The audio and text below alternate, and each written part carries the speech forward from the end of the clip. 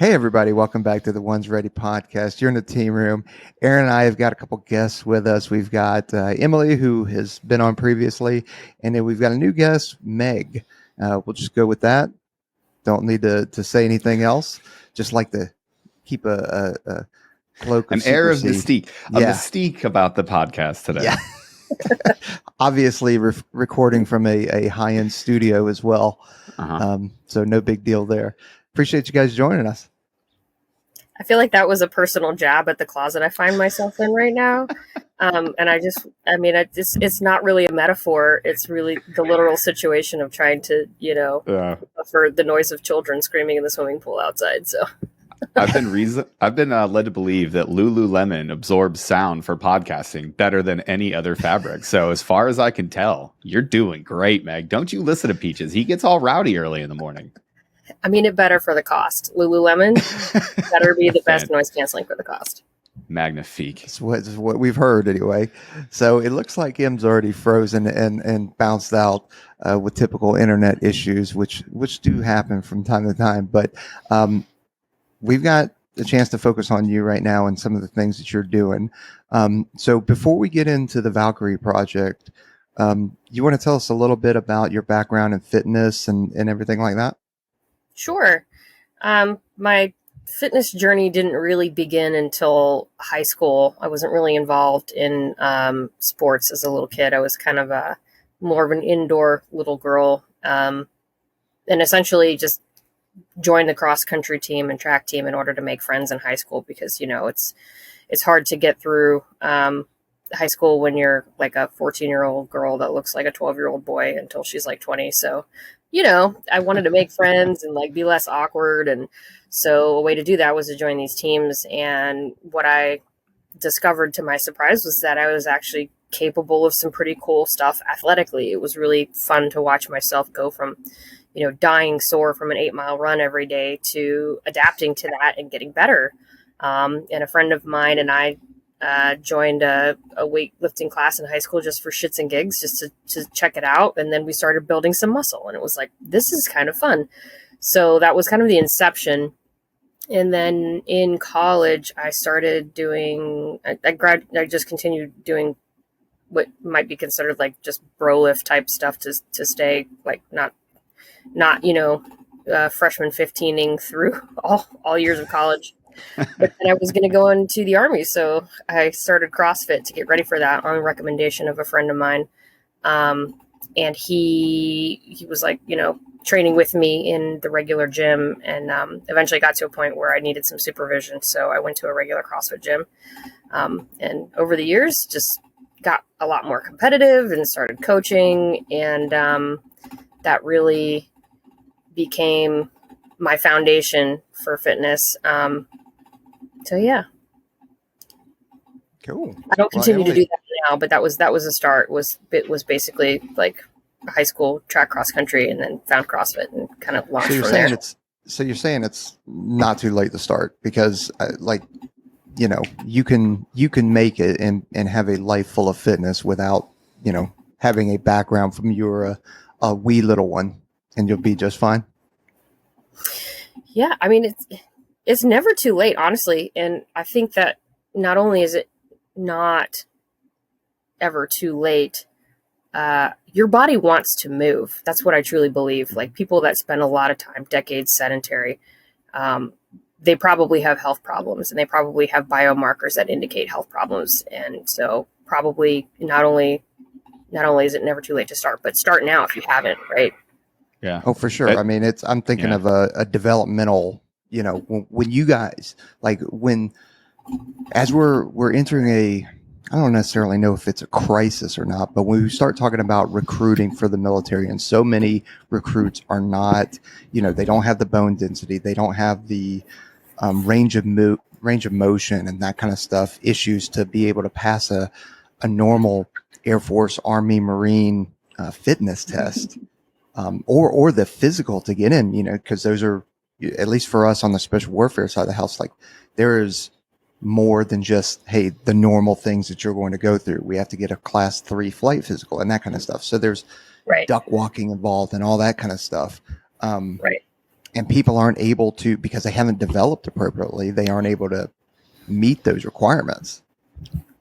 The most unfortunate part about this is if you look, and we talked about it before, like males today have 40% less testosterone than 20 years ago. You know, females today have spent less time on their feet than ever before. Like, you know, adolescents in general haven't done the physical work capacity. So it's awesome that we have programs like SWIC. It's awesome that we have these pre-session workout programs. It's really great to see that we're focusing on that. But the little dirty secret underneath kind of that, you know, those programs we have it because we need it. People can't just walk in on the street, off the street anymore and be like, no, I'm a relatively healthy. I work out in the sun, you know, all summer long when I'm not at high school. And I, you know, a little bit of coaching, I can get some run times, or I can get some calisthenics done. You know, and I love, Meg, your attitude on this. The best day to go to the gym was yesterday. The second best day to start going to the gym is today. Like that's a truism for a reason, because your body is meant to move. And we're going to try this. You're in, you're out. I love it's a power move that we said we were going to hit record, and you're just like, nope, I'm out of here. So listen, I got it. You're a girl boss. You're gatekeeping right now. Just be careful with the gaslighting. That's the 3 G's of being an adult female these days. So you already came on. You talked about your time at, you know, coaching at SWIC and stuff. How did you get into, you know, your kind of like fitness journey, right? Like, it's awesome. CrossFit, we love making fun of CrossFit, of course, because that's what you do in the fitness community. You make fun of CrossFit. But the second and third order effects of CrossFit is that, like, you know, kids these days are growing up in gyms. You have positive, you know, role models, both males and females. Like, you know, watching Danny Spiegel absolutely destroy CrossFit events, or watching, you know, Brooke Wells or Annie Thorisdottir, like having those role models to watch somebody absolutely destroy a straight up fitness event has actually had positive second and third order effects. It's gotten a lot of people into Olympic lifting. It's gotten a lot of people into some of these niche sports, you know, gymnastics. People, you know, doing gymnastics as a regular part of their fitness regimen. Never happened before 20 years ago, you know, before we started watching people working out in a garage in Santa Cruz. So how did you find your way into the fitness community, and what kind of like started that fire for you? So for me, it was an undergrad. I thought I wanted to be a nurse at some point, as pretty much everyone going to college. Where I went, I went to Eastern Washington University up in Spokane, Washington. And I remember just like literally just walked into a CrossFit gym one day. I'd been lifting for a couple years at that point. And I kept hearing about CrossFit, but didn't really know what it was. And there was a gym right around the corner from where I was. So I stopped in and kind of never left. And now I live there. Tight.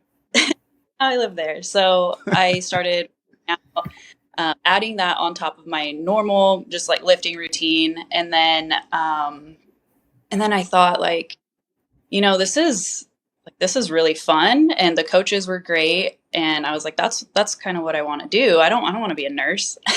Like, I don't actually stomach for that, or the patience for that.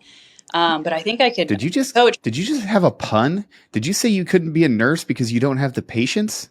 But yeah. How dare you? The fact you clocked in on that. How dare you? I have had it. It's like saying, "Oh man, you know, why didn't the skeleton, you know, go talk to the person that they had a crush on because they didn't have the guts?" I've had it with you. Yeah, that's well. I do see patience, but we'll get into that. Okay. So I just kind of lived there, and then switched my major to exercise science with a minor in psychology. Like the psychological aspect always interested me, in learning how people are motivated or unmotivated. So finished that, joined the Air Force after I graduated with my degree in exercise science. And then, I've just continued on. I then went on, after I enlisted, I went to grad school. I went to Liberty University to get my master's in human performance. And I wanted to keep learning about how the body moves and how we can apply science to really help optimize what we're doing, especially being in the military and the training that we do. And then in my specific job, physical medicine. So rehabbing people from injury, not only to just go live their life, but take it a step further and then get back into training or doing what they need to do to complete their job in the military. Well, both of you have a unique perspective on fitness, and I say that just because Aaron and I are dudes, and I think surprisingly, but Emily, you were talking about it like before this podcast, about how women have to train differently than men do, and I guess that's pretty obvious, but at the same time, as somebody who's just like, okay, well, this is all I know, and this is how I get after it for me. And I've had women CrossFit coaches. I've had men CrossFit coaches. We have men and women throughout, just like, throughout the special warfare pipeline, and even at some of the special tactics and ASOS and RQS units.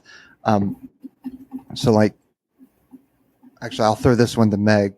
As you see it from your point of view, what are the major differences between training, just in general, not for a pipeline, from men and women?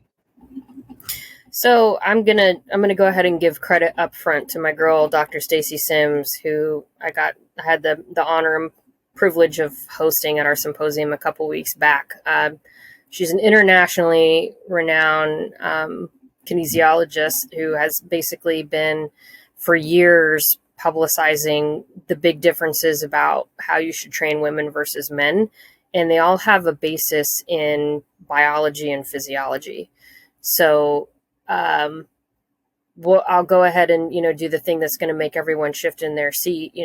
Women's and men's hormones are different. Their bodies are different. Those shocking, right? How dare you? Great. We're canceled. Women have a biological process that reinvigorates their biology so that they can produce children, once a month until X age, right? Starting from X age and ending at X age is a little different for most people, for everybody. And so I think, the big thing that can be taken away from there is train your female athletes like they are female athletes. Unfortunately, the tendency is to train female athletes as though they are small males. And Stacy regularly says things like women are not small men. That's her tagline, because we're not.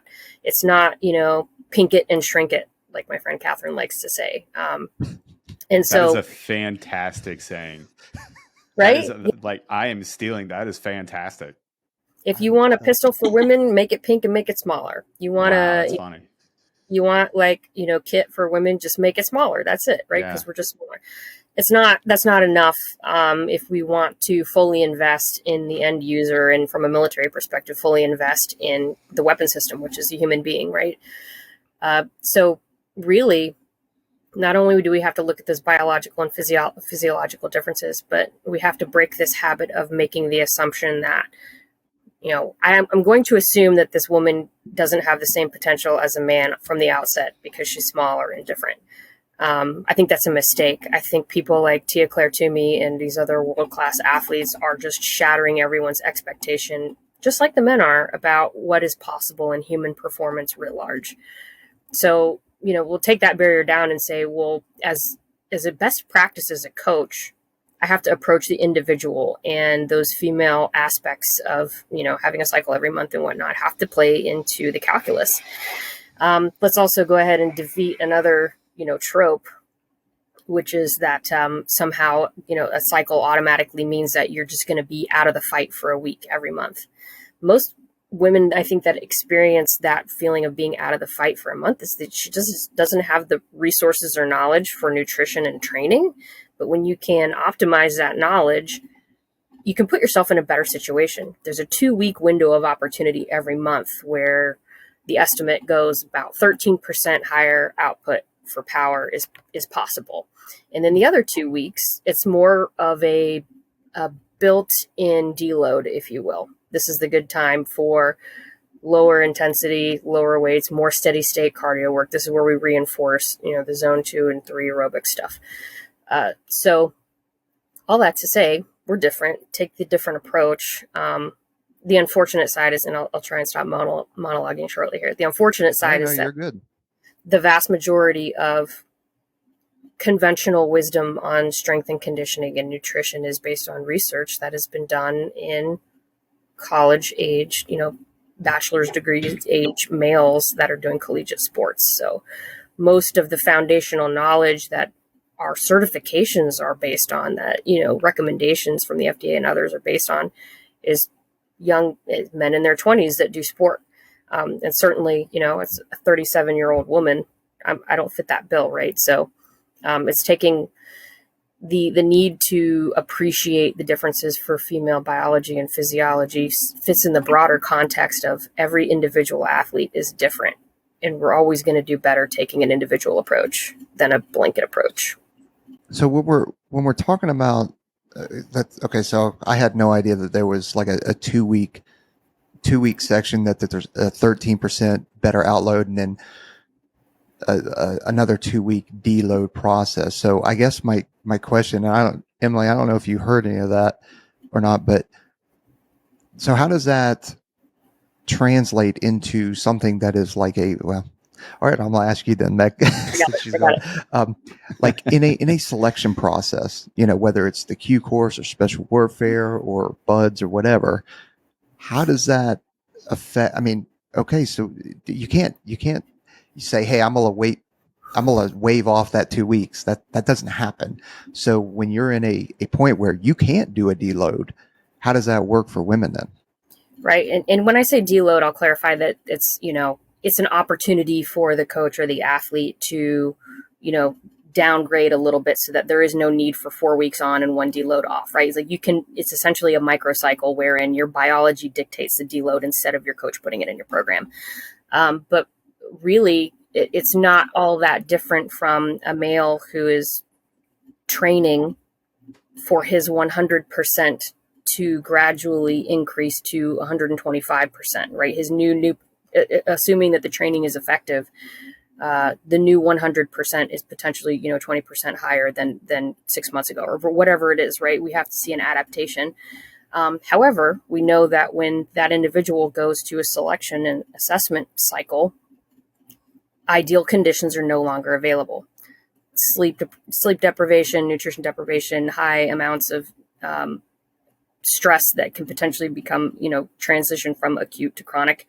And so that individual then, the purpose of the training was my 100% is now bigger, but all of those stress factors now bring my 100% down to 80. The good news is if my training was right, my new 80 matches my old 100. And as long as that amount is enough to get through the selection, then that person will be successful. So it's the same for females, right? Like we optimize when we biologically have an opportunity to optimize, back off a little bit and reset when it's time to back off and reset. And then the idea is that the time that you have spent training and the investment you have spent training means that your cup is more full when you get to selection, so that when inevitably in the first 3 days, your cup starts getting gradually poured out, you still have enough to meet the minimum that's required. And by the way, women have been adapting to these unfortunate situations for years, like women that have like in 3 week, 4 or 5 week long period in SEER school, because it's like, I don't have an option. My body's freaking out right now. And I drive on and I succeed and I graduate, and, like that's a thing that happens to all of us. It's no surprise for women. It might be a surprise to men. But you pick up your ruck and drive on, right? But we can still put her in a better position before she gets to day 0. Well, actually, Aaron and I answered this question yesterday. We did a IG live, and it was brought up about, hey, your body composition. Should I gain weight beforehand? Whether it was muscle or fat, or should I, and we talked about foundational muscle and that kind of stuff. And you're talking from 2 guys that, like, Aaron knows more about fitness than I do, but at the same time, I just lived it and grinded through it, right?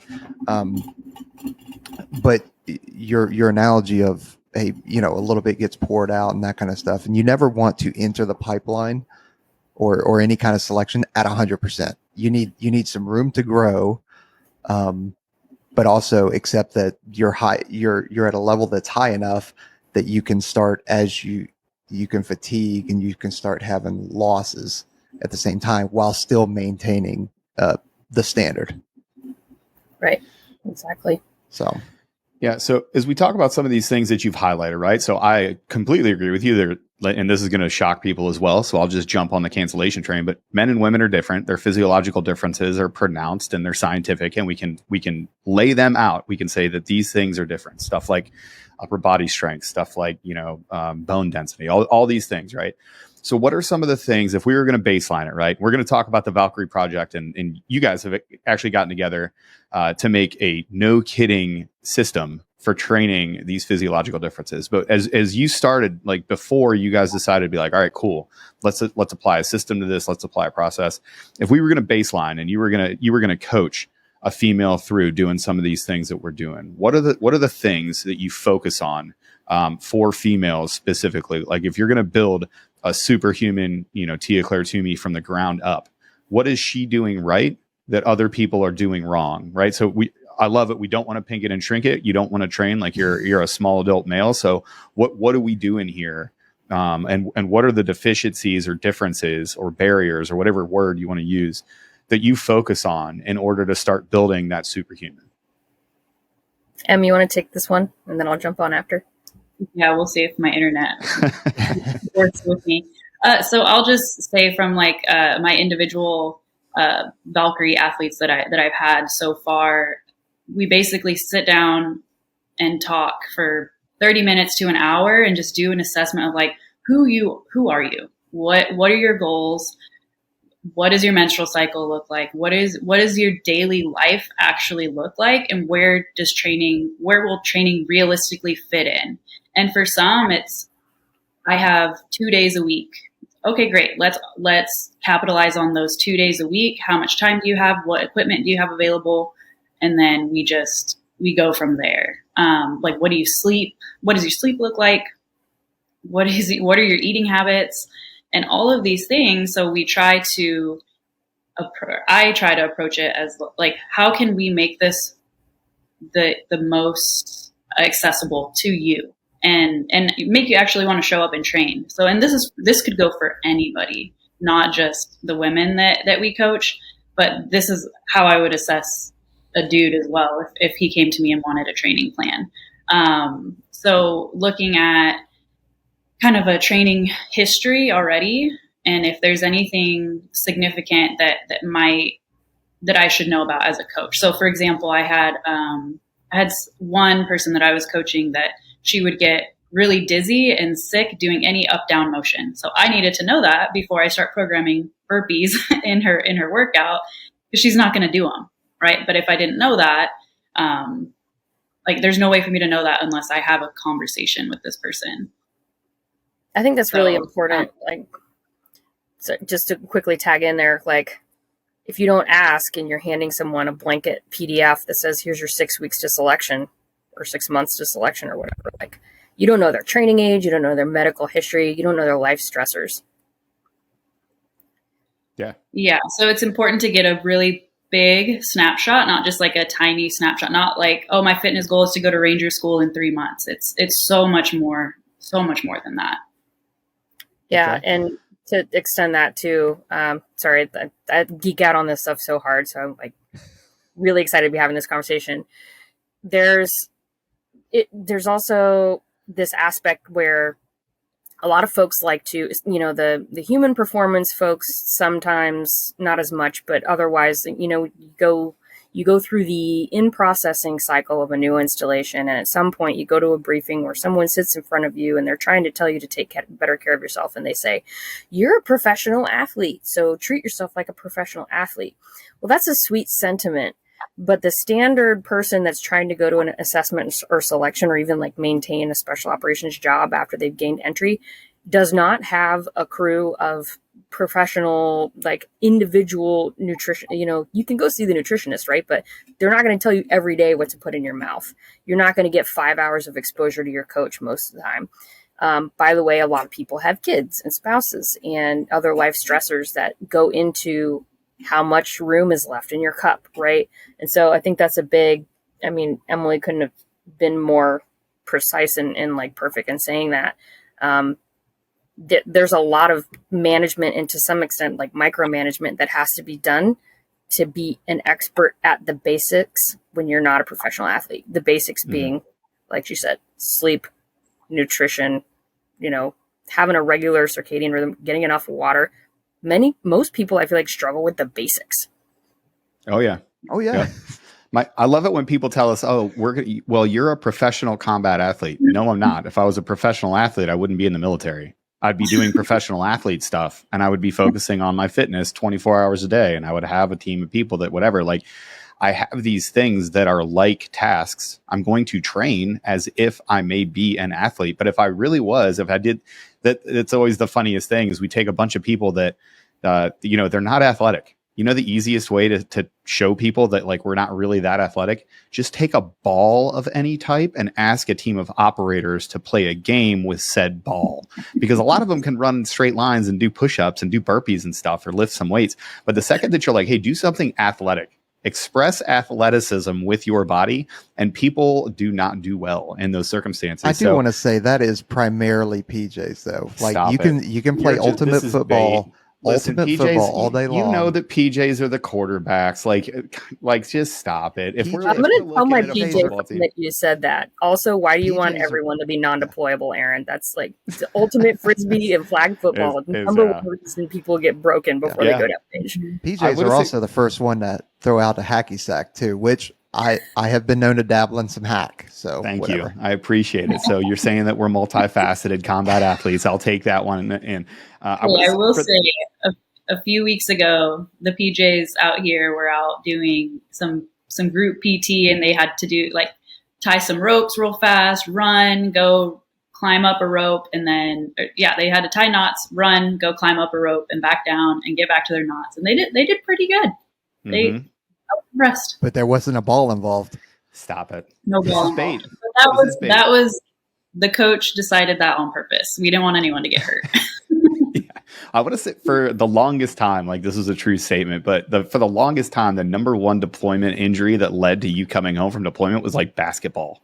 Yep. It was like rolled ankles from like sports injuries or some nonsense. So I'm telling you, I've seen it happen like 7 times. It's real. Yeah.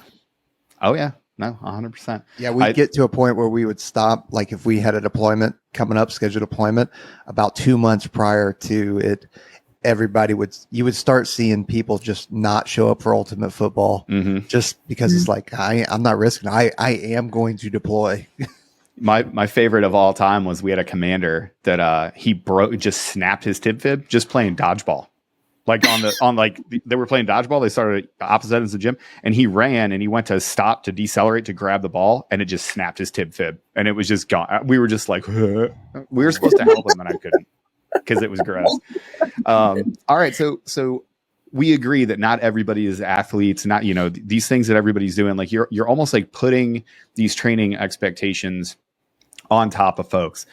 We know that you can't out-train bad nutrition, so we have to focus on that as a baseline. And then sleep is so hot right now. Everybody's focusing on just the pristine amount of sleep that you actually need to reset everything that you're going.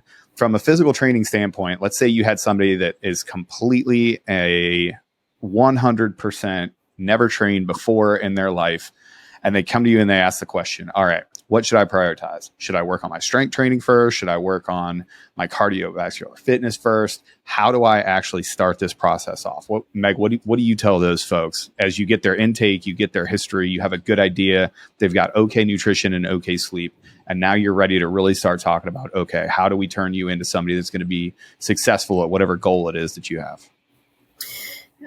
I may take this in a slightly different direction than I think maybe where you'd like me to go. So I do apologize for that. But my favorite quote of all time, Aaron, I'm not going to answer the question you asked. I'm going to answer the question I wish you would have asked. Yeah. I'm going to do the politician thing and not answer your question, but following up with a question. Honestly, after the initial intake, for me, it's testing. What is the delta between where you are right now and where you want to be?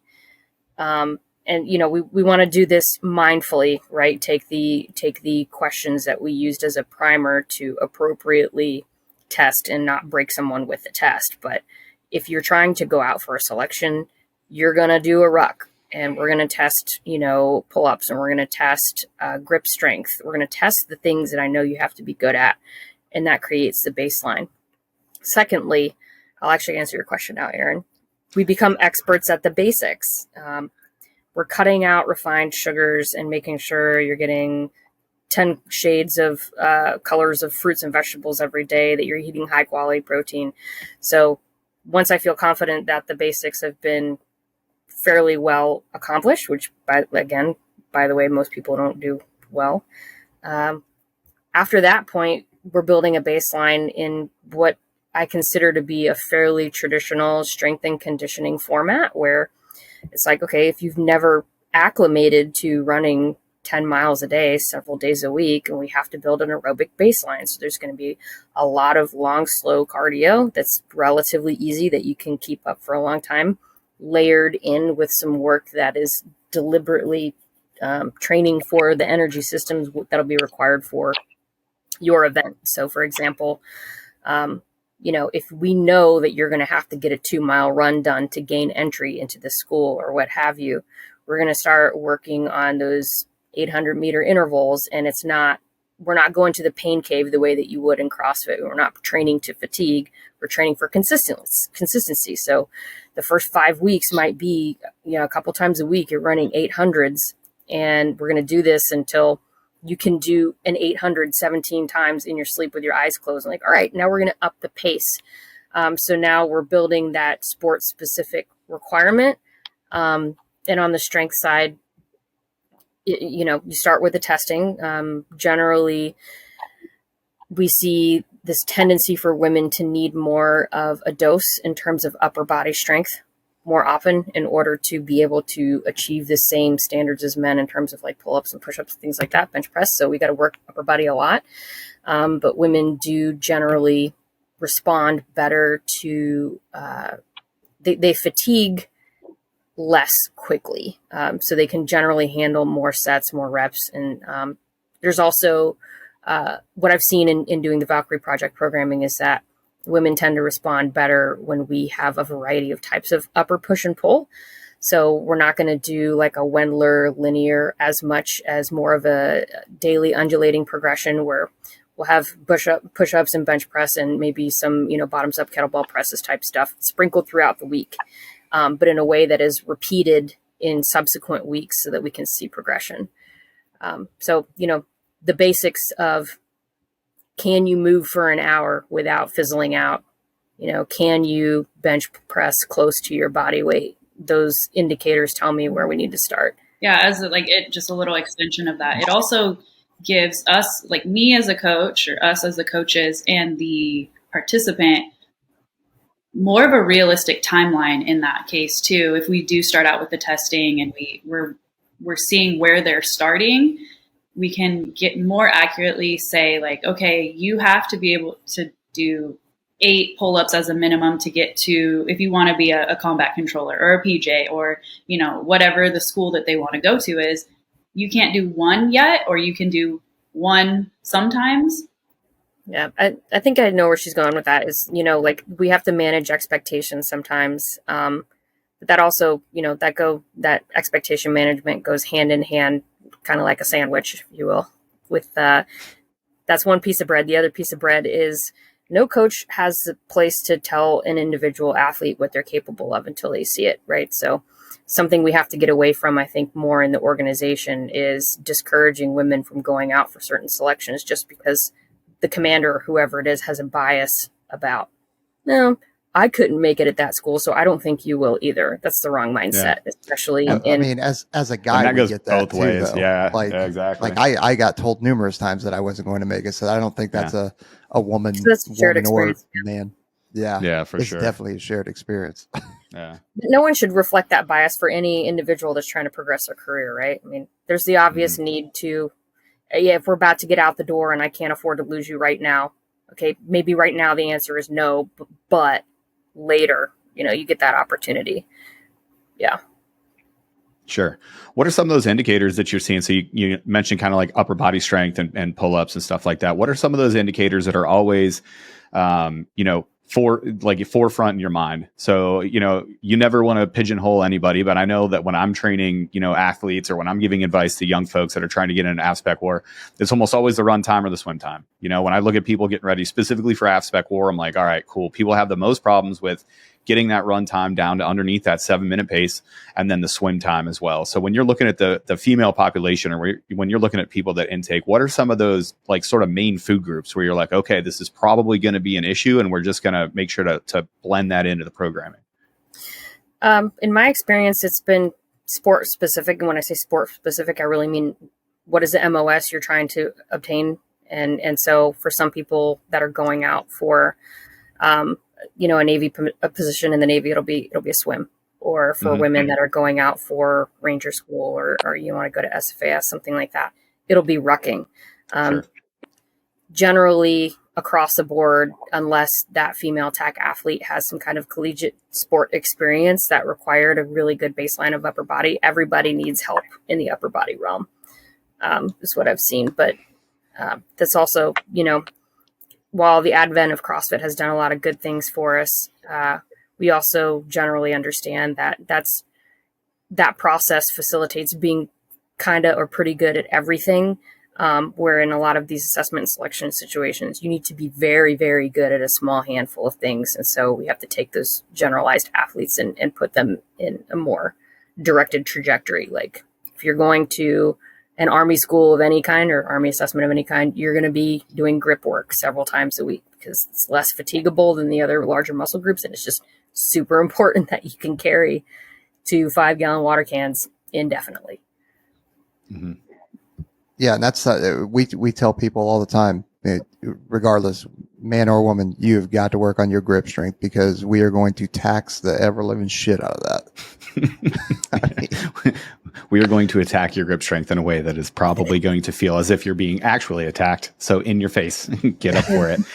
Tap into that primate brain, man. You got to dang in that tree. Absolutely. So all of these things, right? So, your lifetime of fitness, and then, you and Em eventually linked up, and you saw something, in each other that you guys really wanted to attack. And that kind of leads us to, the Valkyrie Project. So for everybody that's not tracking, Meg and Em have the Valkyrie Project over at ValkyrieProjectUS.com.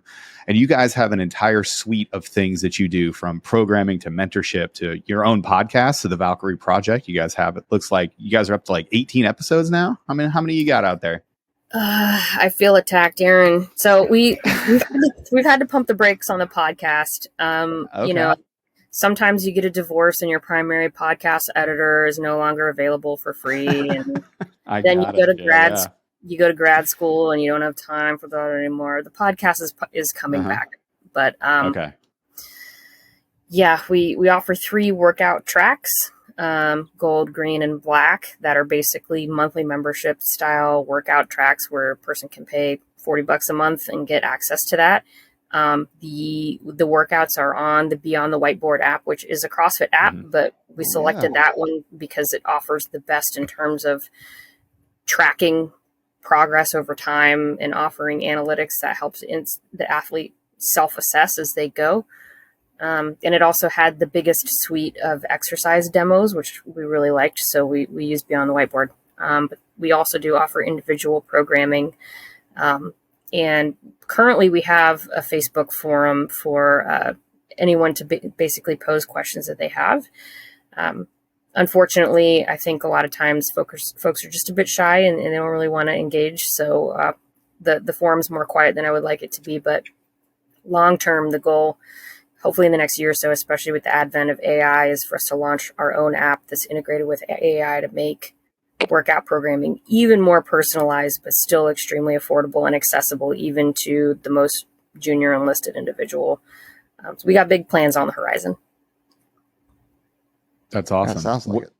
Yeah. So, as you guys are going through, and I'll put this little plug out here. I may know a couple of people in the podcast space that can definitely help the Valkyrie Project make their triumphant return. So I don't know if but we can help with that.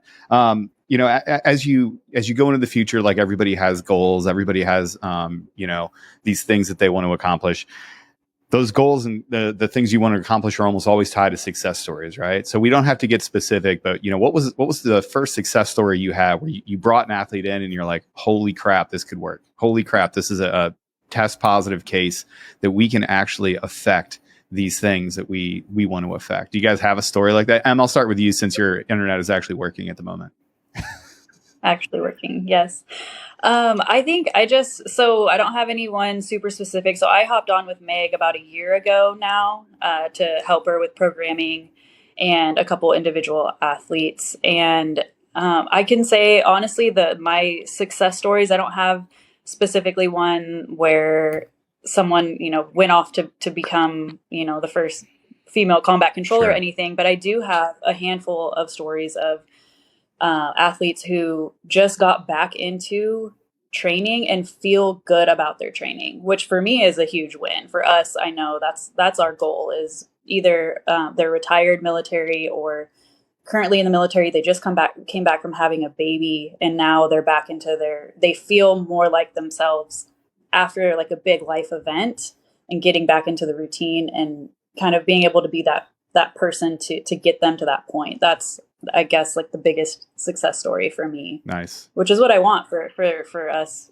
ladies in the military, is to be able to show up and put in work and feel good about it. Yeah. Well, and there's a mental health aspect, with that too. And, I'm a father. I've had, I've played that I'll call it 49% of the relationship, because women take on way more stress as far as having children goes. But, the mental health aspect of feeling like yourself again, your body goes through these tremendous changes and you feel like a different human after you're done, having children. And sometimes that can be really detrimental to your mental health, not only through postpartum depression, but also just through an identity crisis. Just saying, I used to be this in shape athlete. I've had many friends go through it and kind of give me the same feedback.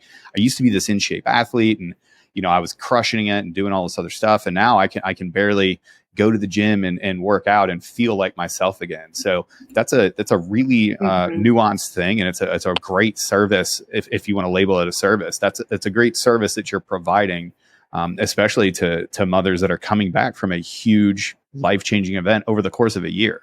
So you say, there was actually, like we were talking about before we started recording, I was at Nellis before this, and we started this huge initiative for women, specifically postpartum women. And we had mandated by their individuals, commanders, that they could come do these workout classes for a certain amount of time after these women were having children, because otherwise leadership, which, let's just face it, there's mostly men in the military. Mm-hmm. They weren't allowing their troops to go do PT on their own. And so we provided that resource and made it mandatory. If I went and volunteered for the program, I was protected by this, an MFR basically to be signed saying that I could go twice a week to these fitness classes. And it was education as well. Mm-hmm. So separate from Valkyrie, but still tied together, and the importance within the military and actually making it a standard. So, Meg, what about you? You got any success stories where you're just like, this is it? This is the thing that I got. I'm going hard in the paint.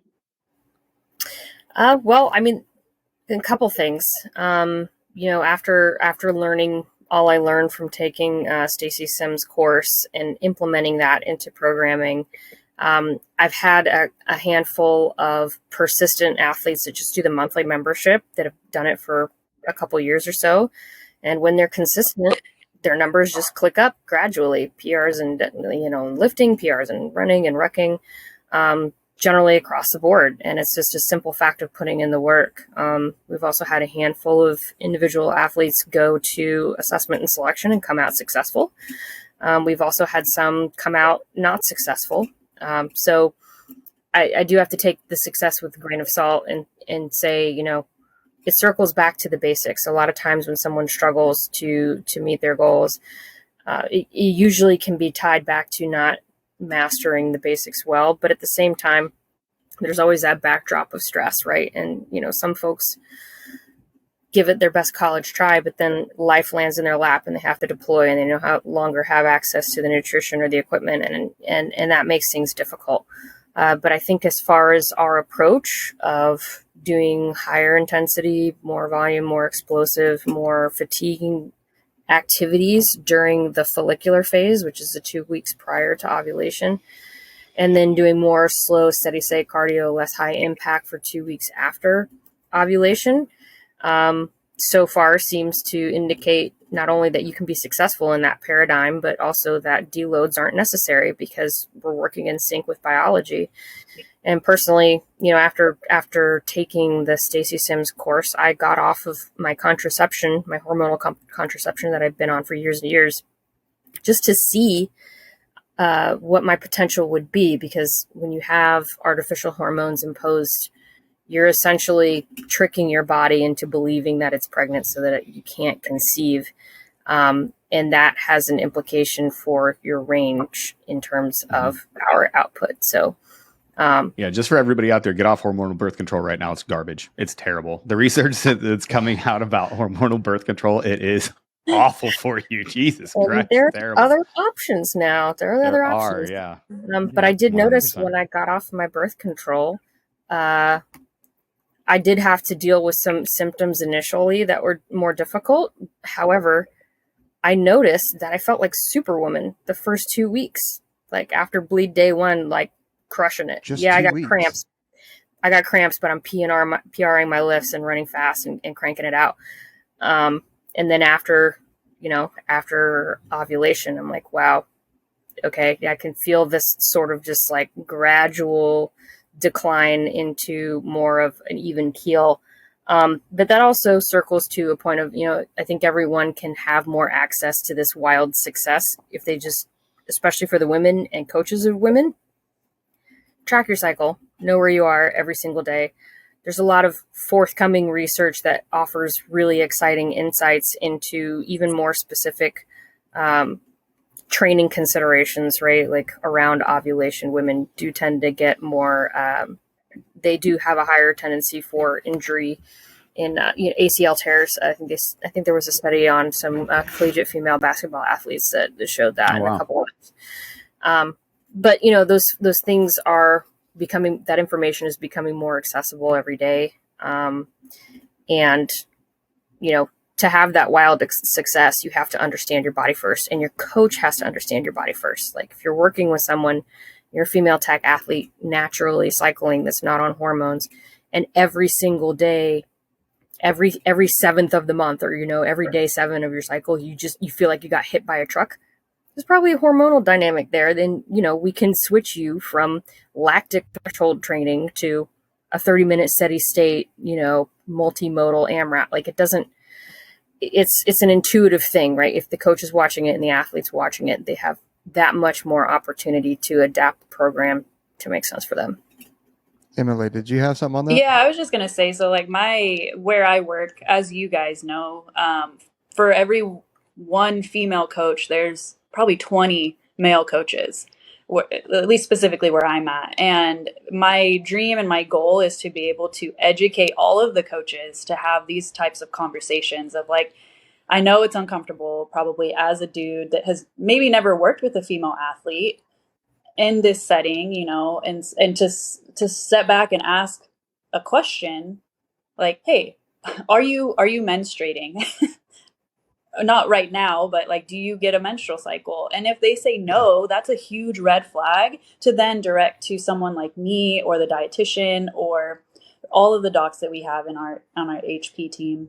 And I know it's specific to where I'm at, but my goal is to kind of break down that barrier or be kind of that buffer, like for any female that comes through, like I sit down and have a conversation with them initially so that I can really relay that information to the coaches. Because I think it's just a conversation that isn't being had, or if it is, it's maybe not getting down to the actual issues that might be coming up in training. So that's just kind of my goal where I'm at specifically right now. And I'll jump onto that bandwagon another moment too.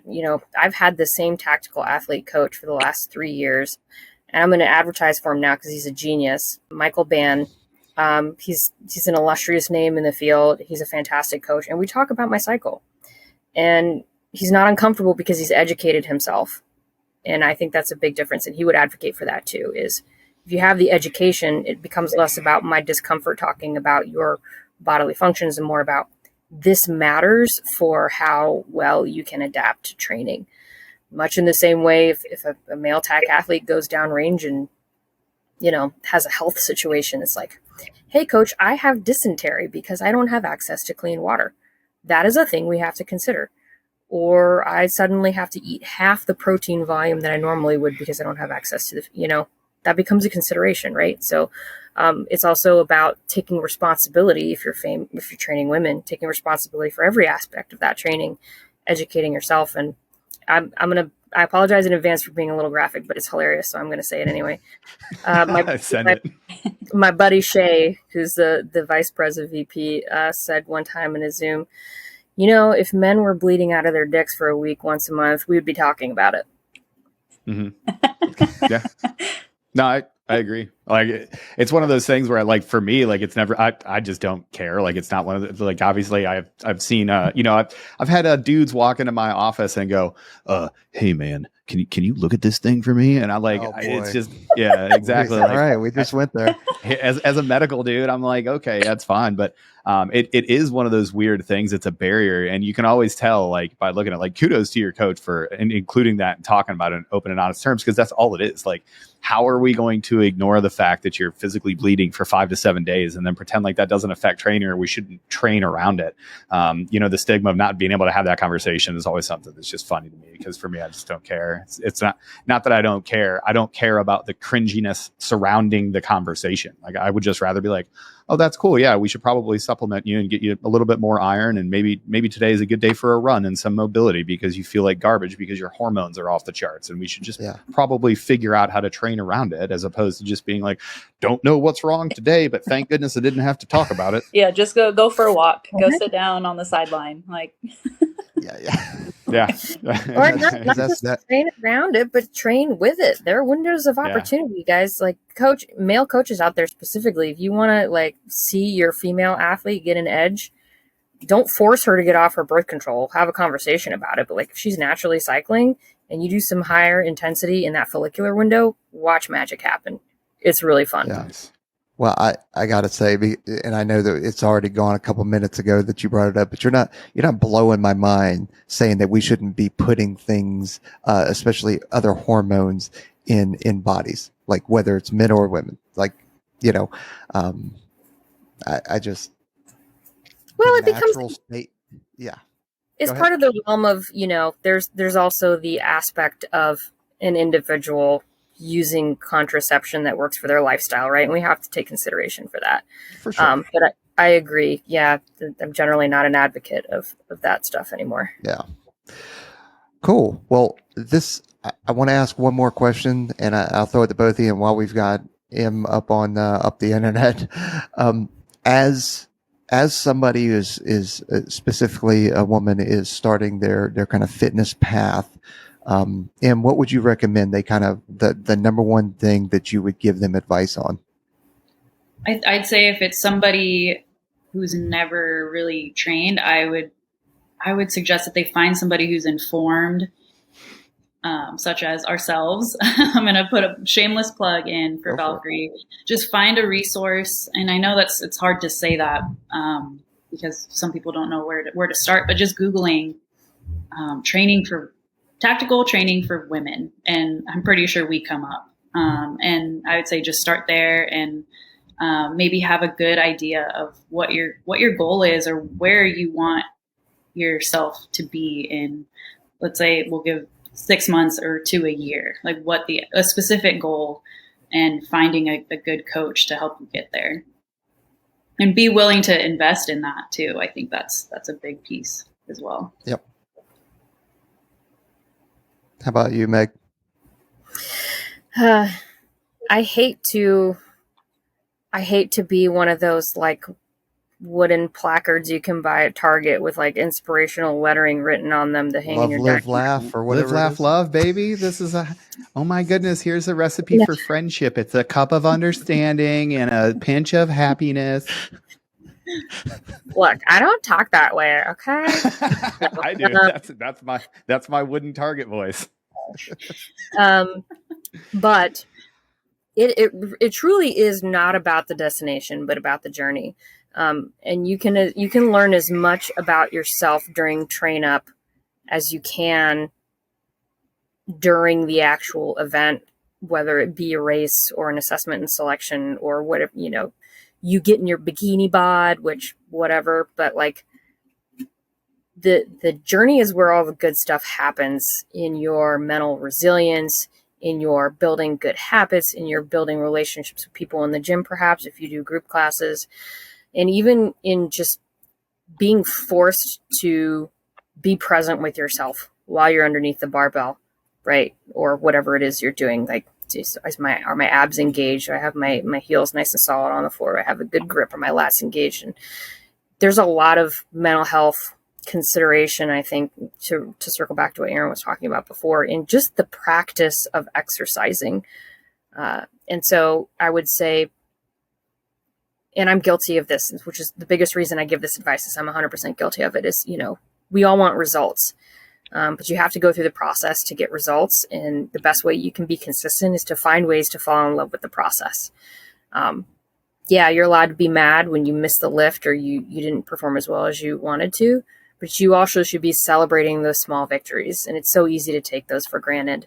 I had 2 knee surgeries a month apart in February of 2020, right as COVID was kicking off.